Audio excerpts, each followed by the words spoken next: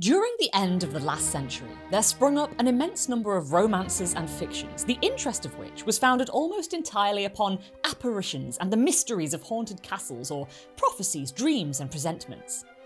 Every sort of machinery of this kind was put in requisition, till by the unskillfulness of the artists and the unsparing manner in which their resources were employed, the superstitious branch of romance writing fell gradually into disrepute. This hot take from 1818 is an oversimplification to say the least, but it does provide us with a starting point to assess why public reception of the Gothic genre, so wildly popular during the 1790s, did indeed begin to change. The author of this article is rather harsh, suggesting that the unskillfulness of the writers and their overuse of ghosts and castles did the genre in. And there may be some truth to this claim. There was a proliferation of spooky writing during this period. And, generally speaking, when a genre bears such fruit, a lot of what blossoms is going to be naff, right? I mean, the more there is of a thing, the more bad versions of that thing there will be. But equally, if the rapid rise of the Gothic meant that there were lots of bad imitators out there publishing bad books, surely it must likewise mean that there were lots of good writers out there too. When trying to understand why a big cultural movement begins to change, it's so tempting to hang on to what seem like clear answers. We want to use terms like death of the Gothic because it's final, it makes sense. It would be so much easier if we could just avoid nuance and know what happens step by step. But alas, we all know deep down, things are often a lot more complex. How easy it would be to decide something like, in the wake of the French Revolution and the terror that ensued, the vogue for tense, grisly fiction that challenged domestic norms and was in itself a revolutionary form of writing was no longer appropriate. It was dangerous. England in the early 19th century was gripped by the fear of revolution, and writing that was seen as threatening to the status quo could be deemed traitorous. But the reality is that Gothic fiction was popular well into the new century. And also, it's wrong to assume that all Gothic novels are subversive, pro-revolution narratives, in the same way that it's too simple to assume something like Victorian realism in novels or the advent of Victorian morality and family values spelled the end to writing concerned with fantasy, the supernatural and gore. What's perhaps most important to keep in mind is that the Gothic, the love of the dark, the spooky, the sentimental, the enchanting, never really went away at all. It just changed shape, began evolving from the 1790s into something new, in works like Frankenstein and Wuthering Heights, and then later in the century, The Strange Case of Dr. Jekyll and Mr. Hyde, and Dracula. Melodrama, mourning rituals, and murder were popular with Victorian readers and audiences, so it's not as if our love of the terrifying and the fantastical just evaporated. But Gothic novels, exactly as they were in the 1790s, did fall out of fashion, and this includes the novels of best-selling author Anne Radcliffe. As you'll know if you've watched my other videos, link in the description, between the years 1797 and 1823, even though Radcliffe suddenly stopped publishing new material after her meteoric rise to literary stardom, she was still widely read, admired and imitated. But what happened to her writing and reputation after her death? Did she maintain her status as a household name, or did she experience a dramatic fall from grace? Now, even while Radcliffe was at her peak, there were some who believed that the modern novel or romance, the kind of thing that Radcliffe wrote and inspired, was an abomination, likely to drive impressionable readers to vice, misery, and an early grave. The pernicious tendency of novels and romances cannot, I am afraid, be doubted upon the whole. In certain situations of despair and agony, if a man or woman of sensibility were to meet with the pathetic descriptions of fictitious writing, it might have a tendency to heighten the despair and drive them on to self-slaughter. While anyone could be infected by the modern novel's poison, it was mostly young women who were at risk. The public therefore must be alert to the noxious farrago of modern novels by which the judgment of our young women is perverted and their taste for solid, instructive reading is depraved.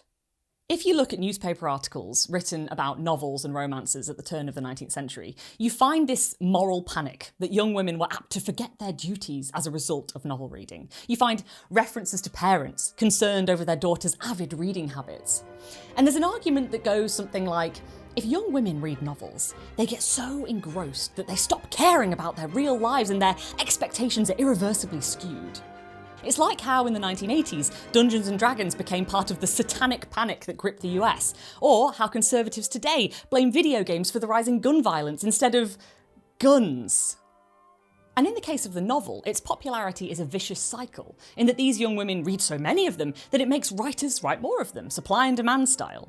Without wishing to insinuate that the minds of the fair are naturally more light and unstable than our own, he says, while insinuating that the minds of the fair are naturally more light and unstable than our own, it must be observed they are the principal support of writings of this kind, and that it is the encouragement they afford which has given confidence to many a young author, not a few of whom are indeed females, to thrust their literary bantlings into the world in the belief that they would amuse and inform the idle and uninitiated. Women, therefore, ought to be protected with a firm hand when it comes to the kind of material they are allowed to read. Let her studies be confined within the strictest limits of purity. Let her remember that there is an all-seeing eye which is ever fixed upon her, even in her closest retirement. Now, in a lot of these articles, the writers admit that it's not all novels that are capable of corrupting young women. But the sheer popularity of the novel surely must mean they're likely to cause mischief. And in the case of one creative correspondent, novel reading is irrevocably linked to a life of whoredom. Commonly, the poison is imperceptibly instilled into them by the gentlest means, wrapped up in the most enticing language. And the reader peruses the novel and is yet unaware of the effects of the poison. When the mind thinks itself most pure, it is already affected by the secret corruption that hidden works within. A writer of eminence says with justice that prostitution then begins. These modern novels, insidious, corrupting forces, written en masse and perverting the minds of the young, and Anne Radcliffe, the great enchantress, the witchy prophetess with her flighty romances and thrilling escapes, is part of that corruption. And of course, hers are Gothic novels, much more likely to be filled to the brim with evil. Most of the reviews I've quoted from don't mention Radcliffe directly. They're more attacking the concept of the modern novel and/or romance, rather than wailing on specific writers. But Radcliffe is a writer of modern novels and/or romances, Gothic ones at that.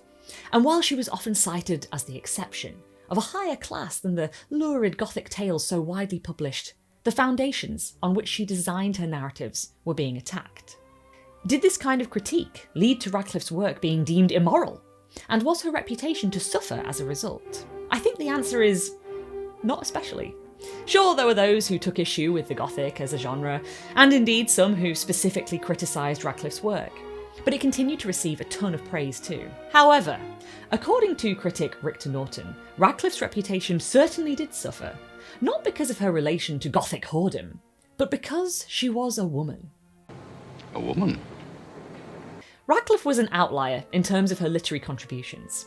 According to Norton, the novels written by her female colleagues were regarded as sofa companions, right? They were never destined for greatness, and were summarily dismissed by the male critical discourse. Women didn't enter the realm of the great masters, but Radcliffe did. She boldly and resolutely claimed for herself a position within the patriarchal tradition of romance and epic literature. Now, as great as this was, Norton argues that as the new century wore on and a new generation of critics got to her, she was turned into a bogey to warn off women novelists. Pompous critics like Samuel Taylor Coleridge, a key romantic writer, led the conspiracy to stake out literature as a masculine preserve, aided and abetted by Wordsworth, who complained that good literature was being driven into neglect by frantic novels. Norton holds the Romantic poets to account when it comes to what he perceives as the dismantling, essentially, of Radcliffe's reputation. But if the Romantic poets discredited her work, they also clearly took huge inspiration from it in their own writing. And in a lot of cases, they didn't discredit her, they seemed to think very highly of her. Coleridge himself, while also writing pretty coldly of her novels, paid tribute to her in his pseudonymous poem An Ode in Mrs. Ratcliffe's Manor. And her influence can be read in his fragment poem Christabel. In spite of Wordsworth's pompous assessment of frantic novels, he too took inspiration from Radcliffe. Her novels contain the subversive, revolutionary message that the sublime landscape is a liberating force, even for peasants, well ahead of Wordsworth's similar proclamation in Lyrical Ballads. Lord Byron was repeatedly, publicly called out for plagiarising Radcliffe, and her influence is felt both directly and indirectly throughout many of his poems. Keats's poetry too, notably The Eve of St Agnes, contains Radcliffean elements, and he famously designated her as Mother Radcliffe in a letter to his brother and sister-in-law. Mary Shelley read The Mysteries of Udolpho, which seems to have provided inspiration for Frankenstein. The list goes on, and these are only a few examples of how Radcliffe positively influenced Romantic poets and writers. Rather than being used by the Romantics to tear down other women writers, Radcliffe was ultimately deemed worthy of a place in the Romantics' construction of a national canon and literary history. But is that to say that Radcliffe's gender, and her prominent role in what was later coined the female Gothic, didn't negatively affect her reputation? Radcliffe wrote novels that interrogated domesticity and male dominance. Female entrapment, abuse, rebelliousness, and power are key themes in her work. As Sue Chaplin argues, when a Radcliffean heroine faints, is physically incapacitated through terror or physical restraint, loses the power of speech, weeps almost hysterically, these actions or inactions become signifiers of a radical, deeply disturbing loss of agency.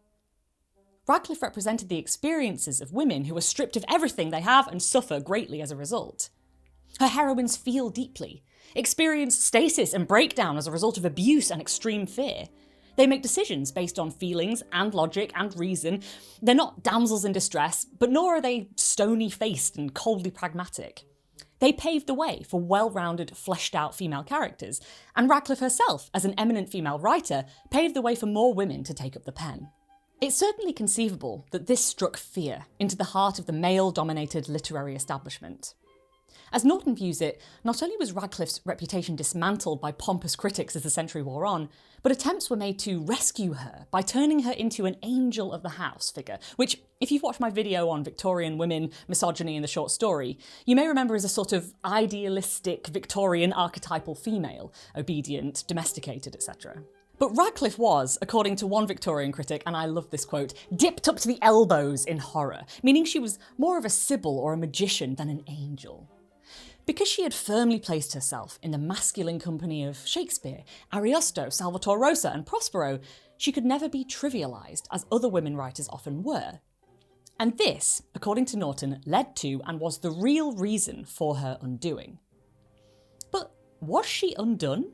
For some critics, Radcliffe's reputation did suffer after her death, and that was because, as a female writer who didn't conform to certain expectations, she couldn't be neatly or easily placed within the canon, so she was taken out of it. It might also be tempting to assume that Radcliffe's corrupting influence on young women readers might have led to her downfall. But, ultimately, it seems that she remained incredibly influential, waving her enchantress's wand over the Romantics and beyond. The list is long. Walter Scott and Jane Austen, the Bronte sisters, Edgar Allan Poe, the Marquis de Sade, Wilkie Collins, Victor Hugo, even Dickens was influenced by her. She was beloved, and rightly so.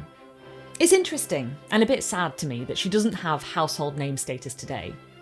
Unlike Dickens, Austen, the Brontes, Mary Shelley, Bram Stoker, etc., she's not especially well known outside literary academic circles.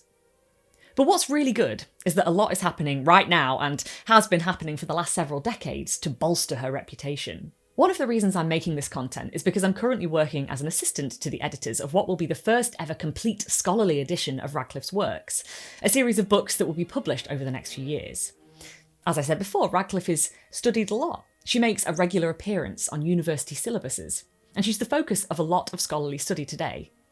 Now, I'm very pro returning her to household name status. So, what else is to be done? Spread the word. Read her books as a priority. Share this video series with anyone who might be interested. And, most importantly, when you're sitting alone in the small hours, peering from your window as the wind rustles through the trees, catching sight of the clouds parting to reveal a full moon. Shh! What was that? The close creak of a footstep? A fleeting shadow beneath the trees? No, surely not. It can't have been, though I could have sworn I saw something behind me. When a chill of fear, ever so slight, starts to trickle down your spine, spare a thought to Mrs. Anne Radcliffe, mother of the Gothic. Radcliffe wasn't the only writer who penned unsettling narratives about female entrapment and empowerment. To learn more about Gothic-inspired short story The Yellow Wallpaper, click here next.